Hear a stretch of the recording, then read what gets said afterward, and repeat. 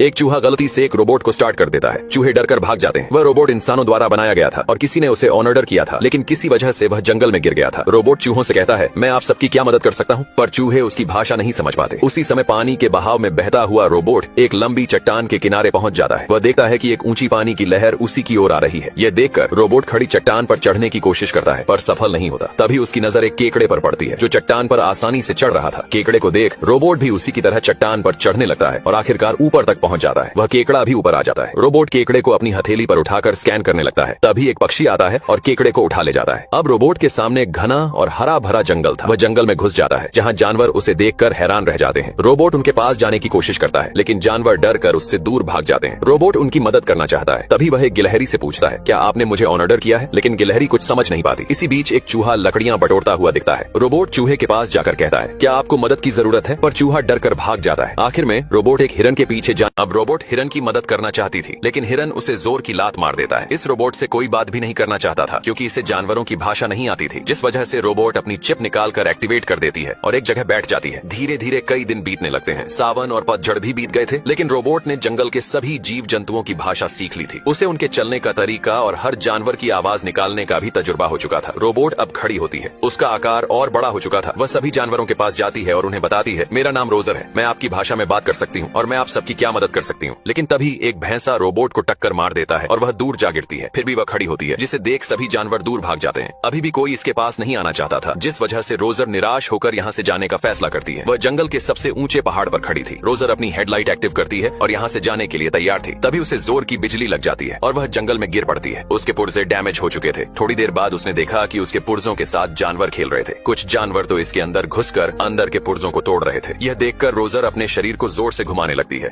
अब रोबोट नीचे गिर जाती है, जिसके बाद उसके पार्ट डैमेज हो चुके थे। थोड़ी देर बाद रोबोट ने देखा कि उसके पुर्जों के साथ जंगली जानवर खेल रहे थे। कुछ जानवर रोबोट के अंदर घुसकर पार्ट्स को तोड़ रहे थे, जिसकी वजह से रोबोट को बहुत बुरा लगता है। वह अपने हाथ के पंजे को एक्टिव कर देती है, जिसके बाद पंजा जानवरों से बचते हुए रोबोट के पास आ जाता है। रोबोट अपने शरीर को जोर से घुमाने लगती है, जिससे सभी जानवर बाहर निकलकर गिर जाते हैं। अब वह यहाँ से जाने के लिए अपनी हेडलाइट चालू करती है, लेकिन एक जानवर उसकी लाइट निकालकर भाग जाता है। रोबोट उसे पकड़ती है, लेकिन तभी वह देखती है कि उसके पीछे जानवरों का झुंड है। इस वजह से पेड़ नीचे झुकने लगता है। रोबोट पेड़ को झटके से छोड़ देती है, जिससे सभी जानवर आसमान में उड़ जाते हैं। रोबोट लाइट लेने के लिए उस जानवर को पकड़ती है। वह जानवर एक गुफा में छुप जाता है, लेकिन डर कर वहां से भाग जाता है। रोबोट अपना हाथ लंबा करके लाइट उठाती है। तभी उसे एक बड़ा जानवर दिखता है। वह एक भालू होता है, जो बाहर निकलकर रोबोट को एक तमाचा जड़ देता है। रोबोट अपनी जान बचाते हुए भागने लगती है। भागते भागते वह नीचे गिरने लगती है और पहाड़ के आखिरी छोर पर जा गिरती है। जब उसकी आंख खुलती है तो वह देखती है कि उसकी वजह से एक पक्षी मर चुका है और उसके अंडे भी टूट चुके थे। वह टूटे अंडों को जोड़ने की कोशिश कर रही थी, लेकिन तभी उसने देखा कि एक अंडा बिल्कुल ठीक था।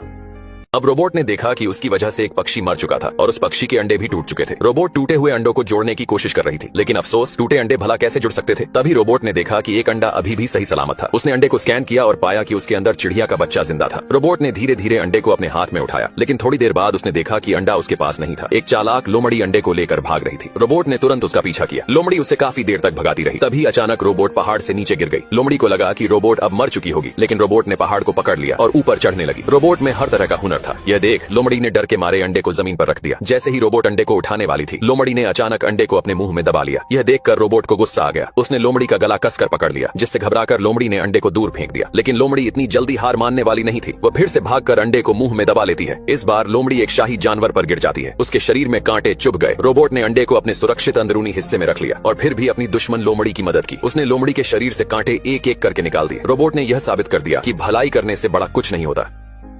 अब रोबोट लोमड़ी को उठाती है और उसके शरीर में धन से कांटों को निकालने लगती है। रोबोट दुश्मन लोमड़ी की भी मदद करती है। तभी रोबोट को कुछ हलचल महसूस होती है। वह उस अंडे को बाहर निकालती है। अंडा टूट रहा था, जिस वजह से रोबोट अपने हाथों से अंडे को फूटने से रोकने लगती है, क्योंकि उसका काम था कि वह अंडे की हिफाजत करे। लेकिन अंडे से बच्चा बाहर निकलता है। रोबोट ये सब देखकर हैरान हो जाती है। बच्चा रोबोट को सामने देखकर उसे अपनी माँ समझता है, लेकिन रोबोट ये नहीं जानती थी कि प्यार क्या होता है, दुख दर्द क्या होता है। इस वजह से वह बच्चे को नीचे उतार देती है और कहती है, मेरे इस काम के लिए कितने नंबर दोगे? लेकिन बच्चा डर गया था। वह अभी सही से बोल भी नहीं पा रहा था। अब रोबोट वहाँ से जाने वाली थी, लेकिन बच्चा उसके ऊपर चढ़कर उसकी लाइट को तोड़ देता है, जिसके बाद रोबोट वहाँ से नहीं जा सकती थी। बच्चा रोबोट से चिपक कर सो जाता है, लेकिन रोबोट बच्चे को चूहों के पास रख देती है ताकि वह चूहों के साथ रह सके। लेकिन चूहों के बच्चे उसे देखकर डर जाते हैं, जिस वजह से चूहों की माँ रोबोट से कहती है, क्या यह तुम्हारा बच्चा है? रोबोट मना कर देती है। चूहों की माँ कहती है, इस बच्चे ने तुम्हें पहले देखा होगा, इसलिए वह तुम्हारे पास जा रहा है। तुम्हारी जिम्मेदारी बनती है कि तुम इसकी परवरिश करो। इतना सुनकर रोबोट तैयार हो जाती है, क्योंकि उसे एक ऑर्डर मिला था।